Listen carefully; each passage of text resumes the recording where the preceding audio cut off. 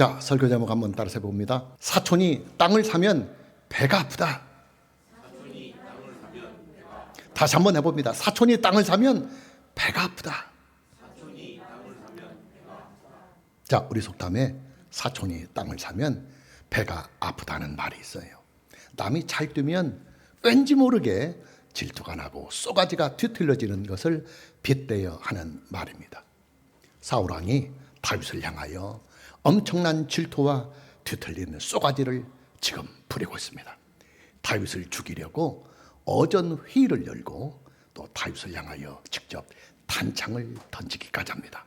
이뿐만이 아닙니다. 사울왕은 군사들을 다윗의 자택으로 보내서 다윗을 암살하도록 지시를 하고 또 피신해서 숨어있는 다윗을 끝까지 추적해서 군사들에게 암살을 하도록 지시를 내립니다.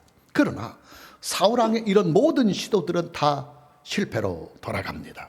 하나님께서는 다윗을 지켜주시기 위해서 사울왕의 장남인 요나단으로 하여금 다윗을 돕게 하시고 또 다윗의 아내요 사울왕의 딸인 미갈을 통해서도 다윗을 돕게 하십니다.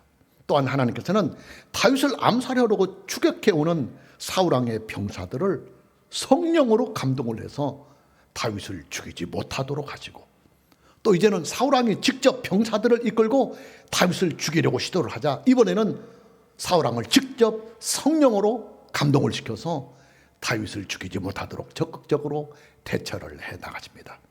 오늘의 설교는 다윗을 향한 사울왕의 이 지긋지긋한 질투와 그리고 다윗을 지켜가시는 하나님의 도우심을 말씀으로 함께 만나보려고 합니다. 먼저 사울왕이 다윗을 향하여 질투를 하게 되는 그 원인, 그 배경을 말씀으로 함께 만나봅니다.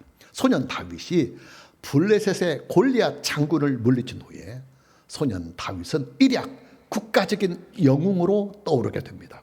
당연합니다. 소년 다윗은 나라를 구한 영웅이며 또 백성들을 구한 영웅이 되기 때문입니다. 문제는 그 다음의 상황입니다. 골리앗이 죽고 전쟁에서 패한 블레셋의 군대가 후퇴를 하자 이스라엘의 온 군대와 온 백성들, 심지어는 사울왕의 신하들까지도 소년 다윗을 향하여 찬사를 보내게 됩니다. 당연해요. 고대 사회에서는 전쟁에서 승리한 백성들은 그 승리의 기쁨을 만끽하기 위해서 거국적인 축제를 벌이는 관습이 있었어요. 이스라엘 백성들도 이런 관습에 따라서 거국적인 축제를 벌이게 됩니다. 자, 이 축제의 클라이막스가 어디에 있었느냐면 여인들의 춤이었습니다. 이스라엘의 젊은 여인들이 손에 소구를 들고 춤을 추면서 사울왕과 소년 다윗을 향하여 찬사를 보내기 시작합니다. 이스라엘 여인들의 찬사를 함께 성경 말씀을 통해서 봅니다. 우리가 참고구절로 사무엘상 18장 7절 말씀을 보면 여인들이 뛰놀며 노래하여 이르되, 이 부분이 중요합니다. 사울이 죽인 자는 천천히요 다윗은 만만이로다. 사울이 죽인 자는 천천히요 다윗은 만만이로다. 여러분, 이스라엘 여인네들이요 사울왕과 다윗을 향한 이 찬사의 뜻이 무슨 뜻입니까? 이스라엘의 군대가 골리앗이 이끄는 블레셋 군대를 이긴 그 공로는 오로지 다윗에게 있다고 하는 찬사예요. 소년 다윗의 공로는 만만이고 사울왕의 공로는 천천에 불과하다고 말하는 것입니다. 옛날에 왕정 국가에서는 왕을 칭송하는 문귀가 딱 정형화되어 있어요. 고정되어 있습니다. 왕을 칭송하는 그 문구가 뭐냐면 만만세였어요. 만만세. 옛날에 포청천이라고 하는 중국의 드라마가 TV에서 한참 인기 있게 방영이 된 일이 있어요. 그 드라마를 보면 중국 황제의 신하들이 중국의 황제를 향하여 예를 표하는 장면들이 자주 등장을 해요. 중국 황제의 신하들이 중국 황제를 향하여 표하는 그 예가 뭐냐면 만세 만세 만만세 합니다. 만세 만세 만만세. 여러분, 만만세라고 하는 이 찬사는요 오직 왕 한 사람에게만 사용하는 찬사예요. 만일 말입니다, 만만세라고 하는 이 찬사를 왕이 아닌 다른 사람에게 사용을 하면 그 사람은 영모죄를 짓는 죄가 됩니다. 구족을 참수합니다. 중국의 황태자에게도 그를 칭송하는 문구가 따로 정해져 있어요. 그 문구가 뭐냐면 천세 천세 천천세예요. 천세 천세 천선체. 여러분, 만에 하나라도요, 어떤 신하가 황태자를 향하여 만세 만세 만만세를 외치면 그 신하와 그 황태자는 영모죄로 죽습니다. 그만큼 왕정시대의 왕권이라고 하는 것은 절대적인 권력을 가지고 있습니다. 그런데 오로지 왕에게만 사용을 해야 하는 이 만만세라고 하는 이 칭송이 지금 이스라엘 여인네들을 통해서 다윗에게 향하고 있습니다. 그것도 전쟁의 승리를 기념하는 국가적인 축제의 자리에서 말입니다. 이스라엘의 여인네들은 다윗에게는 만만세로 칭송을 하고 사울왕에게는 천천세로 칭송을 하였습니다. 자, 여인네들의 이 칭송의 소리를 들은 사울왕의 반응이 어떻겠어요? 성경 말씀을 통해서 찾아봅니다. 우리가 참고구절로 사무엘상 18장 8절에서 9절 말씀을 보면 사울이 그 말에 불쾌하여 심히 노하여 이르되 다윗에게는 만만을 돌리고 내게는 천천만 돌리니 그가 더 얻을 것이 나라 말고 무엇이냐 하고 그날 후로 사울이 다윗을 주목하였더라.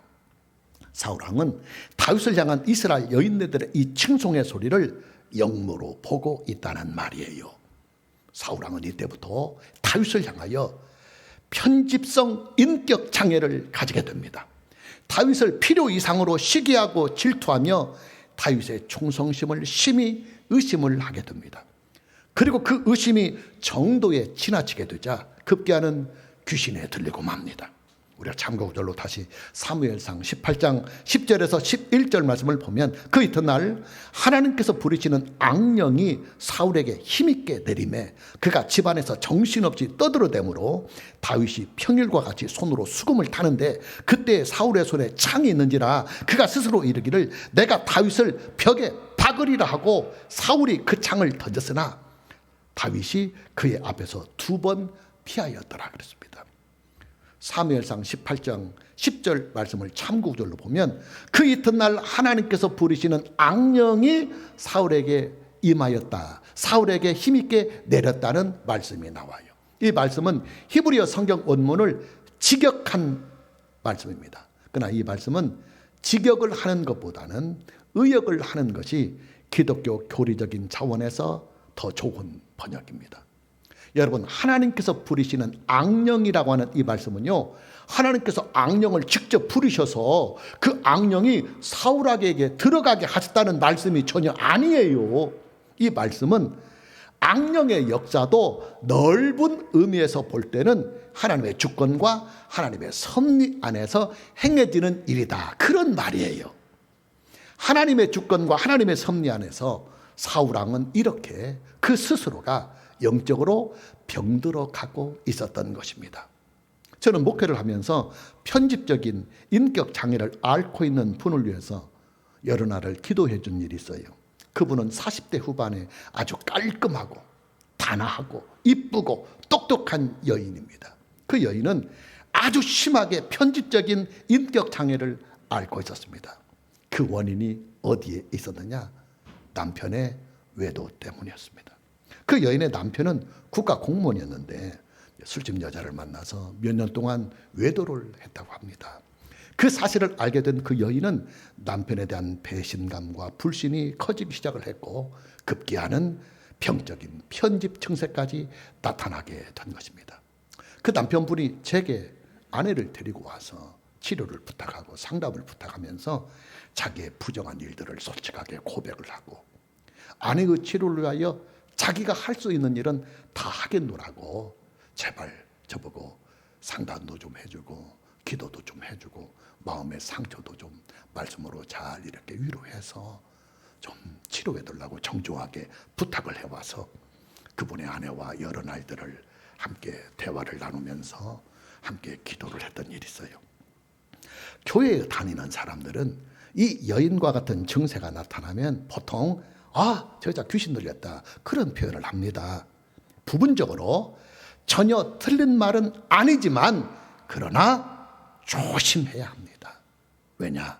그 여인이 앓고 있는 이 극심한 편집 증세는 마음의 상처, 마음의 상처에서 나오는 마음의 질병이기 때문입니다.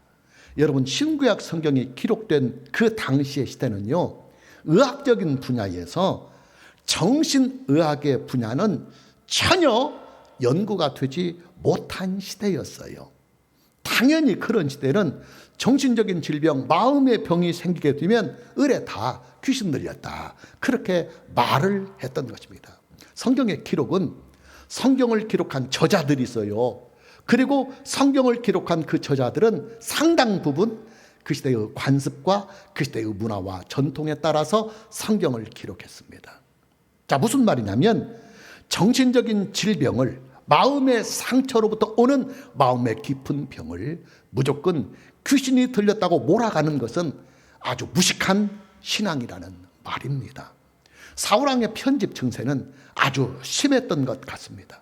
사울왕은 다윗이 자기 왕권을 노리고 있다고 하는 착각에 빠지면서 결국은 다윗을 죽이기로 마음을 굳히게 됩니다. 사울왕은 어느 날 수금을 타고 있는 다윗을 죽이려고 2번이나 창을 던집니다. 다윗은 사울왕이 던진 그 창들을 다 피하면서 그 자리를 간신히 피하게 됩니다. 여러분, 사울왕의 극심한 편집 증세는요, 그 원인이 자신의 왕권에 대한 불안감 때문에 나온 것입니다. 그리고 사울왕의 그 불안감은 이스라엘의 여인네들이 다윗을 칭송하는 그 노래에서 비로소 발생이 되었습니다. 이스라엘의 여인들이 다윗에게는 만만세를 돌리고 사울왕에게는 천천세를 돌리는 것을 봤을 때 사울왕의 마음은 수치심과 치욕감으로 말미암아 이성을 잃어버리고 그리고 미친 사람이 되어버린 것입니다. 자, 여러분, 교회 공동체 안에서도요, 담임 목사가 성도들을 칭찬할 때 어느 한 사람에게만 그 칭찬이 편중이 되면 다른 성도들이 마음의 상처를 입게 돼요. 주일학교 선생님들이 어느 한 어린이에게만 지나치게 칭찬을 하면 다른 어린이들은 마음의 상처를 깊게 받게 됩니다. 우리 부모님들이 여러 자녀들 중에서 유독 한 자녀만을 특별하게 사랑을 하게 되면 다른 자녀들은 마음의 상처를 깊게 입고 부모님에게 그 칭찬을 받는 그 자녀를 오히려 더 미워하게 됩니다. 여러분, 칭찬은 분명히 좋은 것이 맞습니다. 그러나 그 좋은 칭찬도 질서를 갖추어서 칭찬을 해야 합니다. 그 질서가 뭐냐? 공평의 원리, 공평의 원리입니다. 모든 사람에게 균등하게 똑같이 칭찬을 하는 질서입니다. 우리가 창세기를 보면 요셉에 관한 스토리가 나와요. 요셉은 12명의 형제들 중에서 그의 아버지가 가장 사랑하는 아들이었어요. 요셉의 아버지는 요셉을 매우 편애하였습니다. 그러자 어떤 일이 발생을 하느냐면 요셉의 형들이 마음의 깊은 상처를 받게 됩니다. 그리고 그 마음의 상처가 점점 깊어지더니 요셉의 형들은 어느 날 요셉을 죽이려고 모의를 합니다. 그리고 그것이 여의치 않자 결국에는 요셉을 노예 상인들에게 팔아버리고 맙니다. 저도 젊은 날에는 이런 잘못을 자주 범했어요. 제가 찬양사역을 한참 하면서 이제 그때는 막 반주자도 필요하고 같이 또 노래하고 또 뭐 스태프들이 많이 필요합니다. 그러면 이제 자원하는 사람들이 많이 와요. 그러면 이제 기존에 함께 활동했던 사람보다 또 새롭게 이렇게 지원하는 사람들이 더 좋다고 판단이 되면 쉽게 잘 바꿨어요.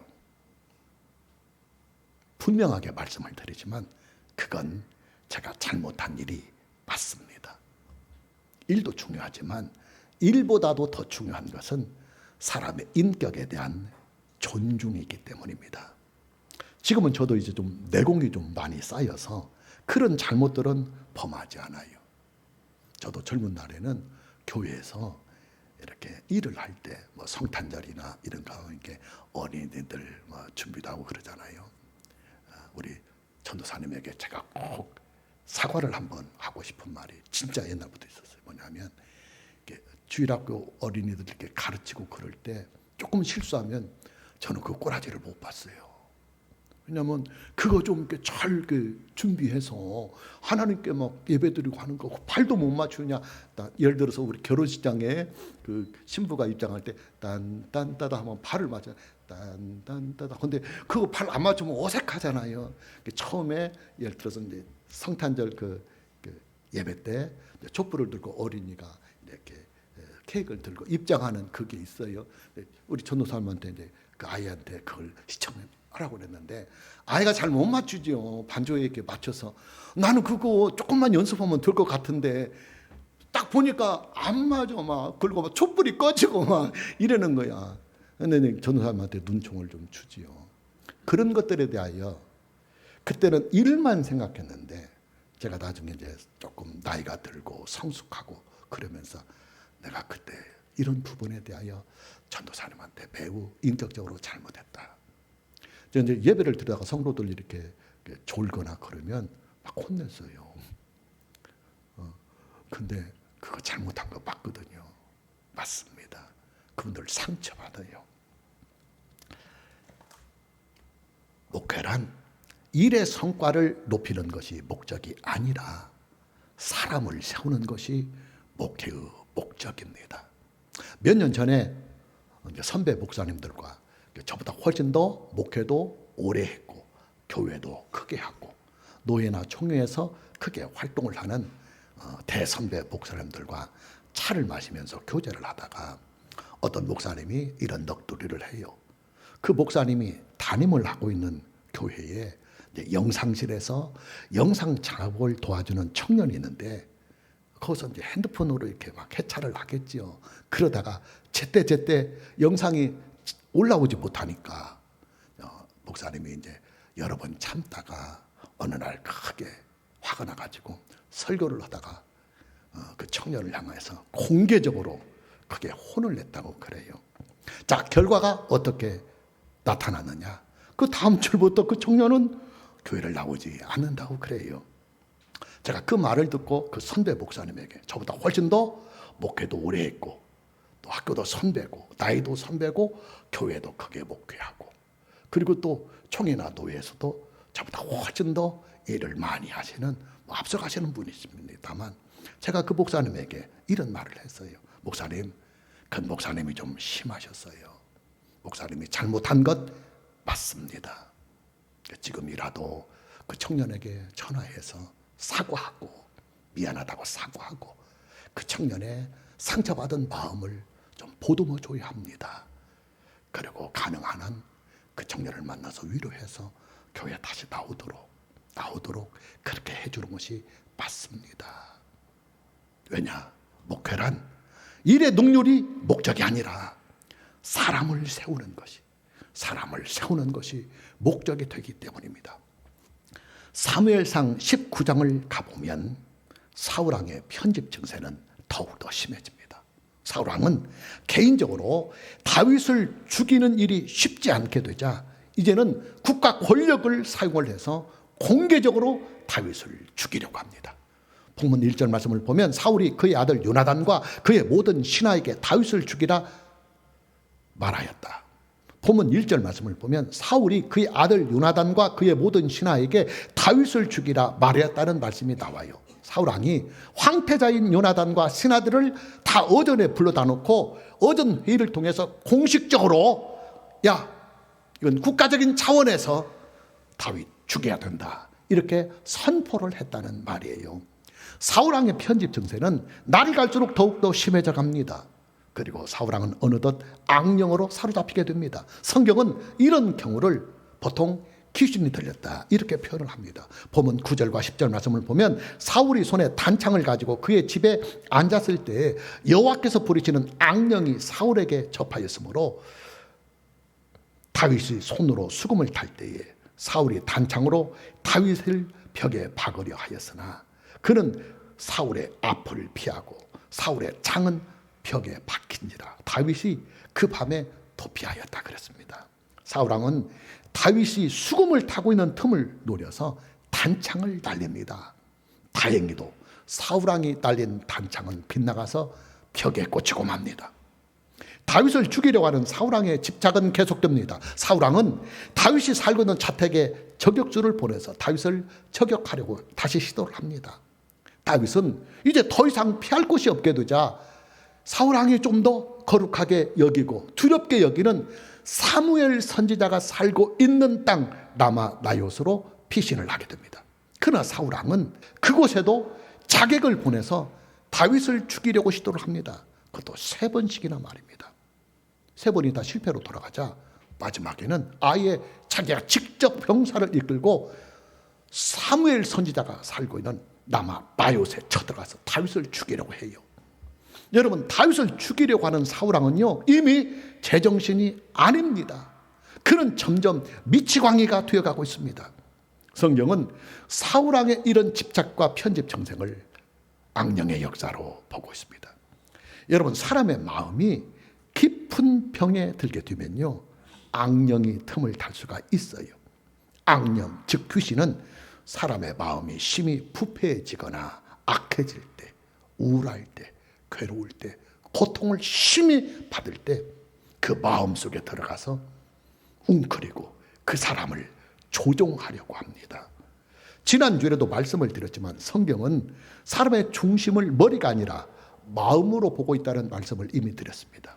왜냐? 사람의 마음은 하나님의 형상이 자리를 잡고 있는 영적인 자리이며 또 사람의 마음은 믿음을 받아들이는 믿음의 자리요, 또 사람의 마음은 사람의 생명이 자리를 하고 있는 생명의 자리요, 또 사람의 마음은 사람의 인격이 자리를 잡고 있는 인격의 자리이기 때문입니다. 그런데 그렇게도 중요한 사람의 마음에 악령, 즉 귀신이 들어가서 자리를 딱 틀고 있다고 한다면 그 사람의 인생이 얼마나 고통을 받겠습니까? 여러분, 저와 여러분은요 그 무엇보다도 우리의 마음을 관리를 잘해야 됩니다. 우리 마음의 관리를 정말 잘해야 됩니다. 마음의 관리를 잘못해서 우리의 이 소중한 마음에 우울증이 오고 조울증이 오고 편집 증세가 오고 또 악한 마음, 심히 고통받는 마음을 계속하다 보면 우리의 인생은 총체적으로 다 무너져 버립니다. 감사하게도 하나님께서는 사울왕의 그 집요한 집착으로부터 다윗을 온전하게 지켜주십니다. 하나님께서는 사울왕의 장자요 황태자인 요나단을 통해서 다윗을 지켜주시고 다윗의 아내이자 사울왕의 딸인 미가를 통해서도 다윗을 피신을 시켜줍니다. 이뿐만이 아닙니다. 다윗을 지키시고 보호하시는 하나님께서는 다윗을 죽이려고 다가오는 사울왕의 암살조들을 성령으로 말미암아 감동을 시켜서 다윗을 도저히 죽이지 못하도록 병사들의 그 심령을 사로잡아 버립니다. 사울왕이 직접 병사들을 이끌고 다윗을 죽이려고 올 때도 이제는 하나님께서 성령을 통해서 사울왕을 직접 사로잡아서 막 예언을 하게 만들고 그러면서 도저히 사울왕을 죽일 수 없을 정도로 그 마음을 완전히 하나님께서 다스려 가십니다. 자, 우리는 여기에서 하나님의 사랑을 봅니다. 여러분, 하나님의 사랑은요 선하고 의로운 자들만을 사랑하는 편협적인 사랑이 아닙니다. 하나님의 사랑은 죄인까지도 보듬어서 구원을 이루게 하시는 사랑입니다. 하나님의 사랑이 잘 나타나 있는 성경 말씀이 있어요. 로마서 5장 8절입니다. 함께 모니터를 통해서 봅니다. 우리가 아직 죄인 되었을 때에 그리스도께서 우리를 위하여 죽으심으로 하나님께서 우리에 대한 자기의 사랑을 확증하셨느니라. 로마서 5장 8절 말씀을 보면 하나님의 사랑은 우리가 의인으로 있을 때뿐만 아니라 우리가 범죄하여 타락하여 죄인이 되었을 때에도 변함없이 우리를 사랑하고 계신다는 말씀입니다. 계속해서 로마서 5장 8절 말씀은 죄인까지도 사랑하시는 하나님의 그 사랑은 말만 번지르르 하는 사랑이 아니라 구체적인 사랑, 그리고 사실적인 사랑, 그리고 실제적으로 표현이 되고 나타내주는 사랑이다. 이렇게 말씀을 하고 계십니다. 이런 하나님의 사랑이 가장 구체적이며 사실적으로 나타난 사건이 뭐냐면 바로 예수님의 십자가 사건입니다. 여러분, 하나님께서는요, 죄인을 구원하시기 위해서 하나님의 독생자를 이 세상에 완전한 사람으로 보내시고 완전한 사람이 되신 하나님의 그 독생자를 우리의 죄를 대신하는 속죄의 제물로 삼아 주셨습니다.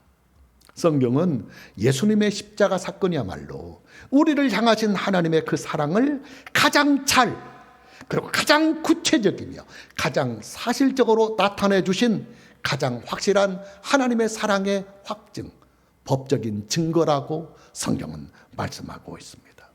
마무리합니다.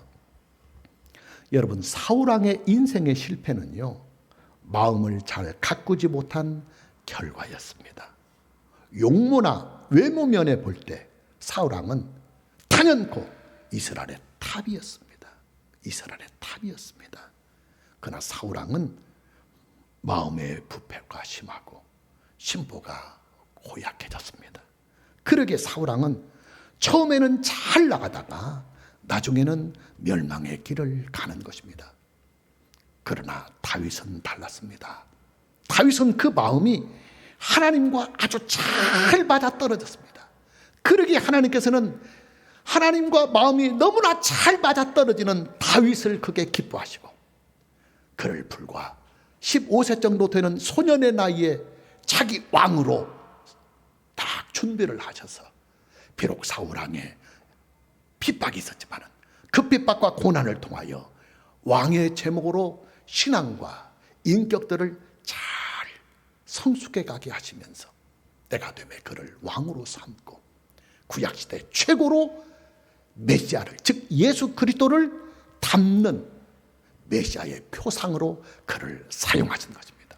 오늘 저와 여러분 모두에게 남은 인생을 우리의 마음밭을 잘 관리해가고 잘 가꾸어 갈 수 있는 이 은혜가 있기를 주님의 이름으로 축복합니다.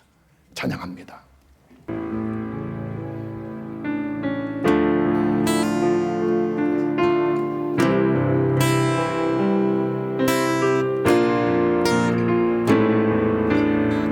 이것을 너희에게 이름은 이것을 너희에게 이름은 너희로 내 안에서 평안을 영원토록 누리게 하려 이것을 너희에게 이름은 이것을 너희에게 이름은 너희로 내 안에서 사랑을 영원토록 누리게 하려 함이라. 세상에서 너희가 환난이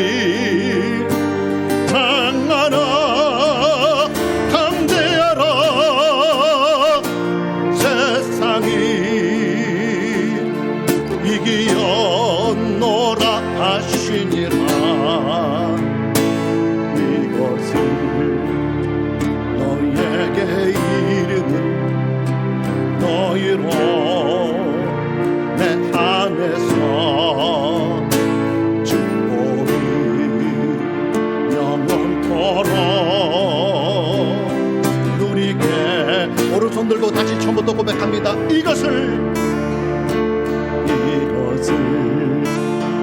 너희에게 이름은 너희로 내 안에서 평안이 영원토록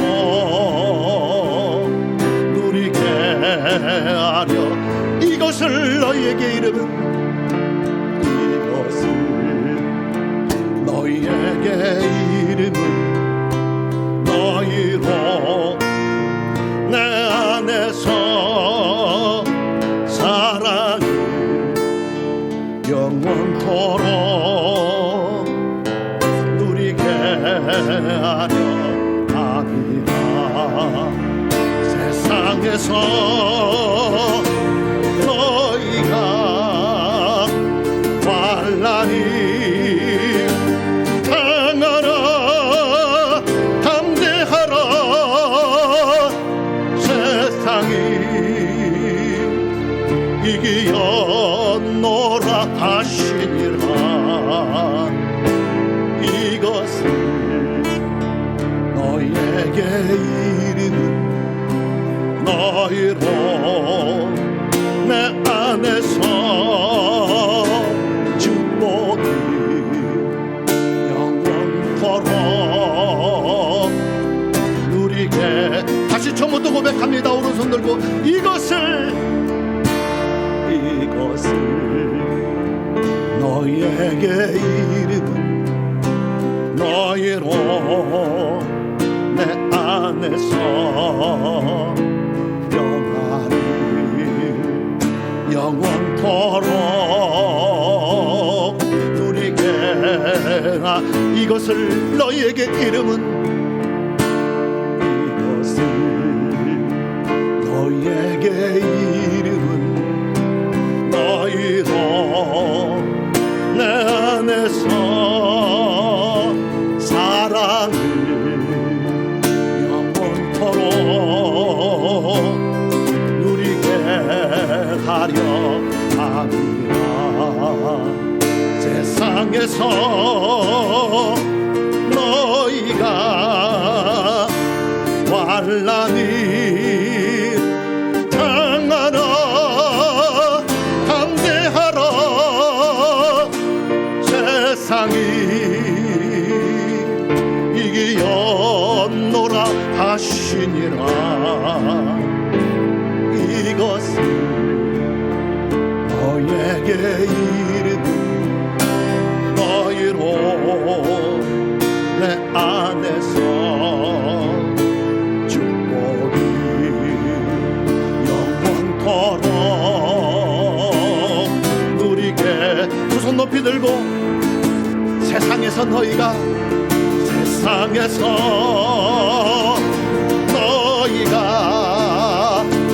환난이 당하라 담대하라 세상이 이기었노라 하시니라. 이것을 너희에게 이르는 너희로 내 안에서 축복이 영원토록 누리게 하려